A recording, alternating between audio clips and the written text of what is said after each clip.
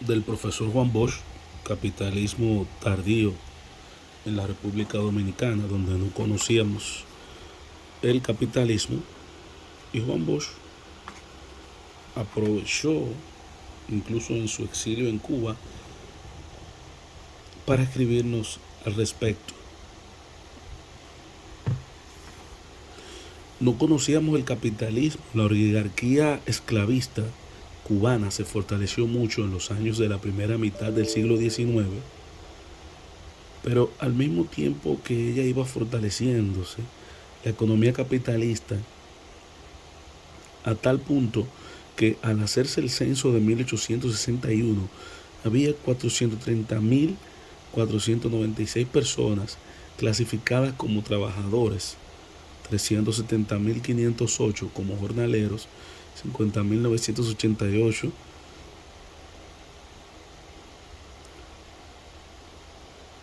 Estos son los datos ofrecidos por Julio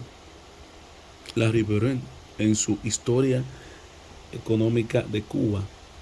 del Instituto Cubano del Libro de La Habana, 1971, en su página 348. Obsérvese que en esos días en la República Dominicana no había un solo establecimiento capitalista capaz de emplear al mismo tiempo 100 hombres de manera permanente, pues el primero de esas características que se conoce sería el ingenio azucarero, fundado en 1874 en las cercanías de la capital de la República por el cubano Joaquín Delgado. El avance del capitalismo cubano era tan impetuoso que al comenzar el 10 de octubre de 1868 la Guerra de los 10 años, o dicho de otra manera, la Guerra de Independencia del país, el vocero y líder de los oligarcas azucareros que la empezaron, Carlos Manuel de Céspedes, proclamó, junto con la libertad de Cuba, la de sus esclavos, lo que equivalía a declararse él mismo y con él los que acompañaron la organización de ese movimiento, no solo independentistas, sino también de burgueses, puesto que al dejar en libertad a sus esclavos, dejaban también de ser oligarcas, pero no renunciaban a seguir ejerciendo la actividad económica propia de dueños de ingenios azucareros. Ese paso de oligarcas a burgueses, dado por los líderes de la economía azucarera cubana, indica de manera contundente que la revolución de independencia iniciada con el grito de Yara fue también una revolución burguesa con la cual Cuba se adelantaba a su metrópolis, es decir, España, pero asimismo demostró que la que hasta ese día había sido oligarquía esclavista cubana era mucho más avanzada que los esclavistas de los estados sureños de Estados Unidos, puesto que esos prefirieron la destrucción de sus centros urbanos y la muerte de sus hijos antes que aceptar la liberación de sus esclavos decretada por el gobierno que encabezó Abraham Lincoln. A esas alturas de nuestra historia, los dominicanos no conocíamos todavía el capitalismo. Los dominicanos a mediados del siglo fue que comenzaron a conocerlo, porque si el primer establecimiento capitalista de nuestro país se había fundado en 1874, el desarrollo del sistema económico y social al cual correspondía ese establecimiento necesitaría muchos años para extenderse por todos los campos de la actividad económica, que son muchos, no solo el industrial. Por de pronto, el país carecía de la infraestructura que se requiere para proporcionar las bases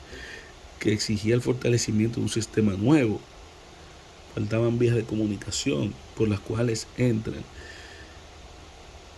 y también que salieran las mercancías que debían importarse y las que debían venderse en otros países. Y cuando empezaron a construirse esas vías, lo que se hizo fue un ferrocarril casi de juguete que iba de Sánchez a La Vega, para cuyo funcionamiento había que traer de afuera el carbón de piedra que proporcionaba el combustible sin el cual no podía moverse y naturalmente cualquier repuesto que se hiciera necesario. Ese ferrocarril desapareció cuando las carreteras comunicaron entre sí a las ciudades más importantes y por la misma razón desapareció el segundo construido a fines de siglo que cubría un trayecto corto en otra parte del país, el de Puerto Plata a Santiago, y las carreteras fueron hechas en la segunda década de este siglo como caminos de tierra bien apisionados. Dictador fuerte y Estado débil. Lo cierto es que aunque Narciso Isaac Conde no pueda comprenderlo o no sea capaz de comprenderlo, el capitalismo llegó a la República Dominicana no solo tardíamente, sino de manera en exceso tardía. Naturalmente, los que no hayan estudiado la historia del país y sobre todo los que no tengan la capacidad necesaria para interpretar esa historia, no pueden darse cuenta de eso y todo indica que entre los que carecen de esa capacidad está el señor Isaac Conde. Lo digo porque nuestra historia demuestra de manera evidente que el Estado Dominicano ha sido a lo largo de la mayor parte de su vida una edificación levantada con materiales muy pobres y por esa razón le ha faltado la solidez que debe ser atributo de todo Estado. Y sin esa solidez, un sistema como el capitalista no puede funcionar porque la razón de ser de su existencia es el ejercicio de la explotación de una clase por parte de otra, y ese ejercicio requiere que el poder del Estado se mantenga de manera constante a la orden de la clase que se beneficia de él, tarea que no puede llenar el Estado débil, así se trate de uno que esté personalizado por un dictador. Si leyera lo que dice Isaac Conde, tal vez diría que no puede admitir la idea de que haya un Estado débil encabezado por un gobierno fuerte, porque parece que tal palabra el dictador no se identifica con ella.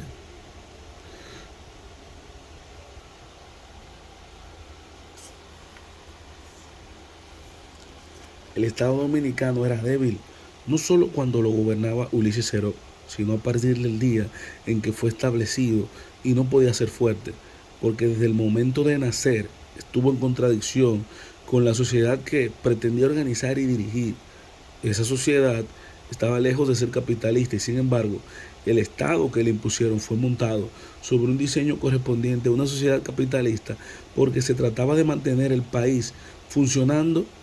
según lo manda el régimen político conocido con el nombre de democracia representativa.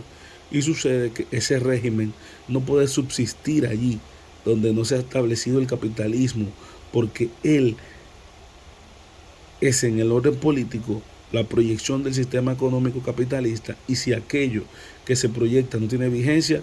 los valores proyectados son falsos, de toda falsedad, porque le falta la sustancia que le dé vida. Esta no es la oportunidad adecuada para relatar hechos que demuestren la bondad de la tesis expuesta en las líneas anteriores, pero ofrezco a los lectores de esta pequeña serie terminarla con un apéndice en el que figuran unos cuantos episodios de la historia nacional capaces de hacer buenas afirmaciones. Mientras tanto, lo que ocurrió de 1998 a 1900, de conformidad con el contrato celebrado entre el gobierno y el Banco Nacional de Santo Domingo para la emisión de 1.000.000 de pesos, moneda corriente, o sea, pesos oro, en billetes de ese establecimiento, Banco Nacional de Santo Domingo, que no era tal banco, como se explicará después, bajo la garantía del gobierno para atenciones del servicio público, ha sido resuelto. Que la Contaduría General de Hacienda dé por recibido el valor de 609.050 pesos, moneda corriente, que esa cantidad de 609.050 moneda corriente se dé a cargo de la cuenta del ciudadano presidente de la República hasta que él dé cuenta de su inversión con la entrega a esta oficina de Hacienda.